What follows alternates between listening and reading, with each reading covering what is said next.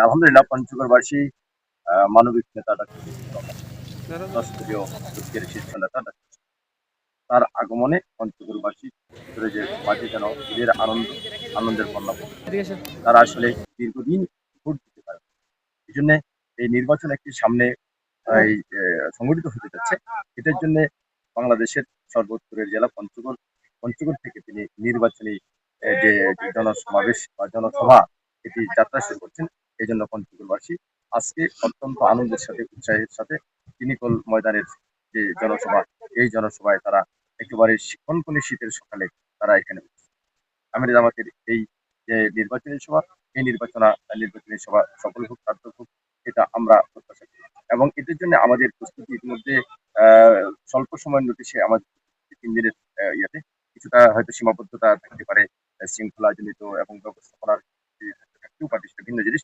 কিন্তু আসলে সব মিলিয়ে যে কথাটা, এই জনসভার বা যে আয়োজন, এই আয়োজনে আমাদের যাই থাক তাদের উপস্থিতি কিন্তু কোনো অংশেই আমরা কমতি দেখছি না। আমরা আশা করি যে পঞ্চগড়ের সবচেয়ে বড় ময়দান, ঐতিহাসিক চিনিকল ময়দান, এই ময়দান কানায় কানায় হয়ে যাবে এবং জনগণ তার বক্তব্য আন্তরিকতার সাথে শুনবে। একটি দলের মহাসচিব আমাদের 10 দলীয় ঐক্যের 1 নম্বর আসনের যিনি প্রতিনিধি, যিনি আমাদের ক্যান্ডিডেট, তিনি কিন্তু একটা অভিযোগ করেছেন যে ফেস্টুন গুলিতে মাপের হওয়ার কথা, সেটি হয়নি।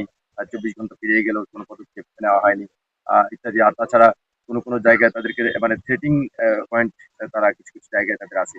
2 নম্বর আসনে তাদের চেয়ারটা দেখা যাচ্ছে, মাঝে মাঝে তারা আক্রমণ করছে, মাঝে মাঝে তারা গাড়ি থেকে দিচ্ছে, তারা হুমকি ধমকি দিচ্ছে। সনাতন ধর্মের যারা আছে তাদেরকে নির্বাচনের পরে দেখে নেওয়া হবে এবং এমনি সর্বসাধারণ যারা আছে নিরীহ ভোটার, তাদেরকেও দেখে নেওয়ার হুমকি এখানে অব্যাহত আছে। আমাদের সর্বশেষ প্রশ্ন হলো, আমরা অন্যান্য যে রাজনৈতিক দলগুলোর জোট সেখানে দেখছি তৃণমূলের নেতাকর্মীরা তাদের জোটের প্রার্থীকে সহযোগিতা করছে না, এটা আপনাদের অবস্থান কি? আমাদের অবস্থান এই বিষয়ে আমরা আসলে যা মুখে বলি তা অন্তরে নেই। যখনই জোট হয়ে গেল, আমি নিজে ক্যান্ডিডেট ছিলাম, জোট যেদিন ঘোষণা হয়ে গেল আমাদের, আমি 28 ডিসেম্বর ঢাকায় ছিলাম। ঢাকায় আমাদের সিদ্ধান্ত জানিয়ে দেওয়া হলো। আমি 29 তারিখ এসে আমার সার্জিস আলম সাহেব আমার এই 1 নম্বর আসনে আমি নিজে এসে ওনার সাথে ওনার স্বপ্নাপুরীর নমিনেশন পত্র দাখিল করেছি এবং তার জন্য দোয়া করে দিয়ে তার জন্য আশীর্বাদ করেছি। আমার পঞ্চগড়বাসীর কাছে স্বপ্নাপুরীর ভোট দিয়েছি এবং আমরা মনে করি যে এই শাপলাকলি এবারের জোটের বা আমরা ঐক্যের প্রতীক শাপলাকলি, এই শাপলাকলির ভিতরেই আমাদের দাঁড়িপাল্লার ছবি দেখতে হবে জনগণের। আমরা সেই আহ্বান জানাই।